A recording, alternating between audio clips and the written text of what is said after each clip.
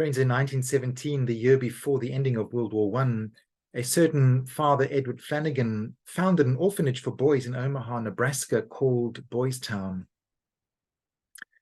The following year, in 1918, the story goes that Father Flanagan saw one of the boys named Reuben Granger carrying another boy, Howard Loomis, up a flight of stairs at the orphanage. And Howard Loomis had polio and wore leg braces, and so he needed assistance in making his way up the stairs. The story goes that Father Flanagan asked Reuben Granger if carrying little Howard was hard, to which the young Reuben replied, "He ain't heavy, Father. He's my brother." The Boys Town website tells how following that incident, the phrase, "He ain't heavy, he's my brother," was adopted as the motto of Boys Town. And in time, a statue was erected at the entrance of the original Boys Town orphanage in Omaha, which depicted that scene of young Reuben Granger carrying Howard Loomis, with the words inscribed below, "He ain't heavy, he's my brother." In the early 1960s, a short film was then made about Boys Town, which had grown and by that time had orphanages all around America and even in other parts of the world. The film featured the statue with that motto, "He ain't heavy, he's my brother." And when the songwriters Bobby Scott and Bob Russell saw the film and heard that phrase, they were inspired to write a song by that name. At the time, one of the songwriters, Bob Russell, was dying of cancer. And this was while he was writing the song, which adds to the poignancy of those lyrics, because he died without ever really knowing just how popular the song would become and what an impact it would make on so many people in the decades to come.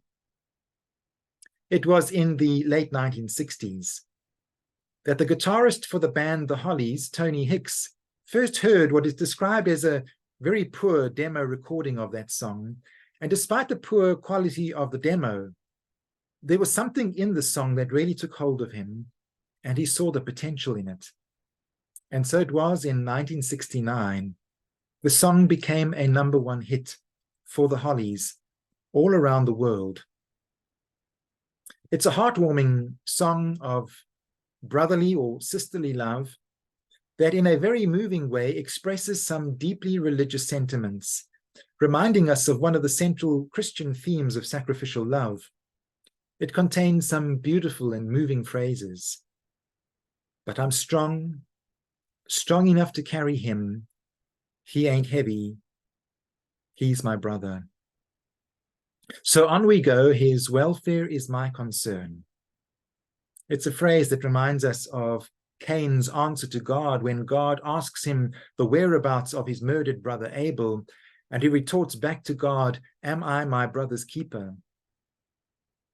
The song continues, "No burden is he to bear. We'll get there, for I know he would not encumber me.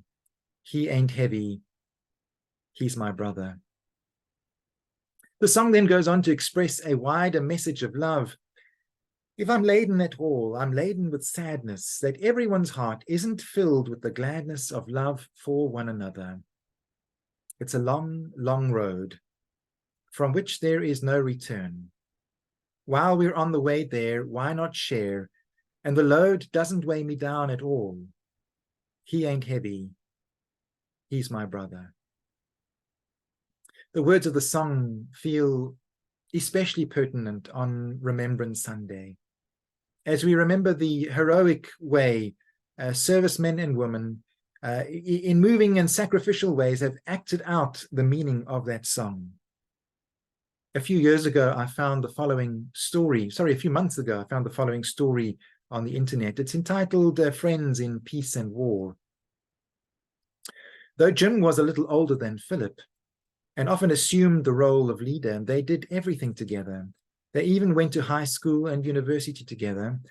And after university, they signed up for military service, ending up being sent to Germany together, where they fought side by side in one of history's ugliest wars. One sweltering day, during a fierce battle amid heavy gunfire, bombing, and close quarters combat, they were given the command to retreat. As the men were running back, Jim noticed that Philip had not returned with the others, and panic gripped his heart. Jim knew if Philip was not back in another minute or two, then he wouldn't make it. Jim begged the lieutenant to let him go after his friend. But the officer forbade the request, saying it would be suicide. Risking his own life, Jim disobeyed and went after Philip. His heart pounding, he ran into the gunfire, calling out for Philip. And a short time later, his platoon saw him hobbling across the field, carrying a limp body in his arms. Jim's lieutenant upbraided him, shouting that it was a foolish waste of time and an outrageous risk. Your friend is dead, he added, and there was nothing that you could do. No, sir, you're wrong, Jim replied. I got there just in time. Before he died, his last words were, I knew you would come. It's a moving story, but one that doesn't always end that way. In the church that I grew up in, our minister's son, when conscripted into the army, served as a paratrooper. And when caught in battle on the border with Angola, his friend was shot and fell beside him on the battlefield. Although it was against the rules, Raymond turned back to help his friend, and he himself was shot and killed. It was devastating for his family and for the whole church community. There are many stories of amazing heroism on the battlefield where soldiers have indeed paid the ultimate sacrifice. But lest we too easily romanticize the heroism of war, it's important to remember that there is nothing romantic about war. People's lives are shattered and sometimes die in the most tragic and awful ways. Siegfried Sassoon was an English poet and a novelist who served in the First World War, and having been sent out to France to fight on the Western Front, he was shocked by his experiences there. In the course of the war, his own brother was killed while serving in France. And influenced by another poet, also serving on the Western Front, in order to help him process what he was experiencing, he was encouraged to write poems that expressed honestly what he saw and experienced. And so he began to write in a more realistic way about those things he was seeing and experiencing in France. And I came across the following poem called The Hero that expresses the starkness of that experience. He writes, Jack fell as he'd have wished, the mother said, and folded up the letter that she'd read. The colonel writes so nicely, something broke in the tired voice that quavered to a choke. She half looked up. We mothers are so proud of our dead soldiers. Then her face was bowed. Quietly, the brother officer went out. He'd told the poor old dear some gallant lies, that she would nourish all her days, no doubt.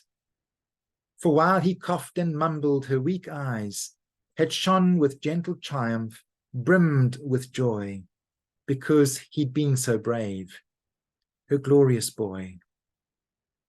He thought how Jack, cold-footed, useless swine, had panicked down the trench that night the mine went up at Wicket Corner, how he'd tried to get sent home, and how at last he died, blown to small bits, and no one seemed to care, except that lonely woman with white hair.